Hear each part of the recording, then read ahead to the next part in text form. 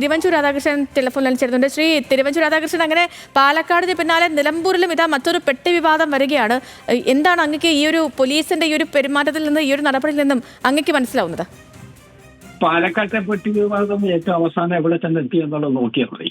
അതേ വഴിയിൽ തന്നെയാണ് ഇപ്പൊ നിലമ്പൂരിലെ പെട്ടി വിവാദം ചെല്ലാൻ പോകുന്നത്. ഇതിപ്പോ തെരഞ്ഞെടുപ്പ് വരുന്നതിന് മുമ്പ് ദുർബല ഹൃദയമുള്ള ആളുകളുടെ മനസ്സ് ഒരു മണിക്കൂർ നേരത്തേക്കെങ്കിലും ഒന്ന് പിടിച്ചു നിർത്താൻ പറ്റുമോ എന്നുള്ള അവസാനത്തെ നിമിഷത്തിലെ നടപടികളാണ്. ഇതൊന്നും ഒരു സ്ഥാനാർത്ഥിക്കോ അവരുടെ മുന്നണിക്കോ ഗുണമേ ചെയ്യില്ല. ഇതൊക്കെ കേരളത്തിൽ എത്രയോ പ്രാവശ്യം നമ്മൾ കണ്ടിരിക്കുന്നു. അങ്ങനെ പഴകി ദ്രവിച്ച ആയുധങ്ങളാണ് ഇപ്പോൾ ഇടതുപക്ഷ ജനാധിപത്യ മുന്നണി വിനിയോഗിച്ചുകൊണ്ടിരിക്കുന്നത്. ശ്രീ തിരുവഞ്ചൂർ, ഇതിപ്പോ ഒരു ഇലക്ഷൻ കാലത്തെ സ്വാഭാവിക പരിശോധന എന്നാണ് പോലീസ് പറയുന്നത്. ആ വാദം എത്രത്തോളം നിലനിൽക്കും? ഞാൻ അതുകൊണ്ട് തന്നെയാണ് പാലക്കാട് സംഭവത്തെക്കുറിച്ച് പറഞ്ഞത്. അവസാനം എന്തായി? തെരഞ്ഞെടുപ്പ് കാലത്ത് സാധാരണഗതിയിലുള്ള പരിശോധന എന്ന് പറഞ്ഞാൽ സ്ത്രീകൾ താമസിക്കുന്ന മുറിക്കകത്ത് പരമായി ഒരു വളരെ മോശമായ സാഹചര്യത്തിൽ പോയി പോലീസ് കയറിയത്. അങ്ങനെ ചെയ്യരുതായിരുന്നല്ലോ.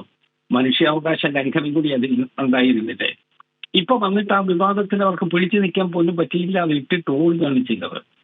ഇതേ സ്ഥിതി തന്നെയായിരിക്കും ഈ നടക്കാൻ പോകുന്ന സംഭവത്തിനുണ്ടാകുന്നത്.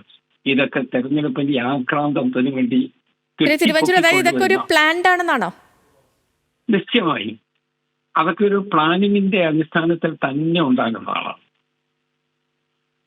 ഓക്കെ, വളരെയധികം നന്ദി ശ്രീ തിരുവഞ്ചൂർ രാധാകൃഷ്ണൻ നമുക്കൊപ്പം ചേർന്നതിന്.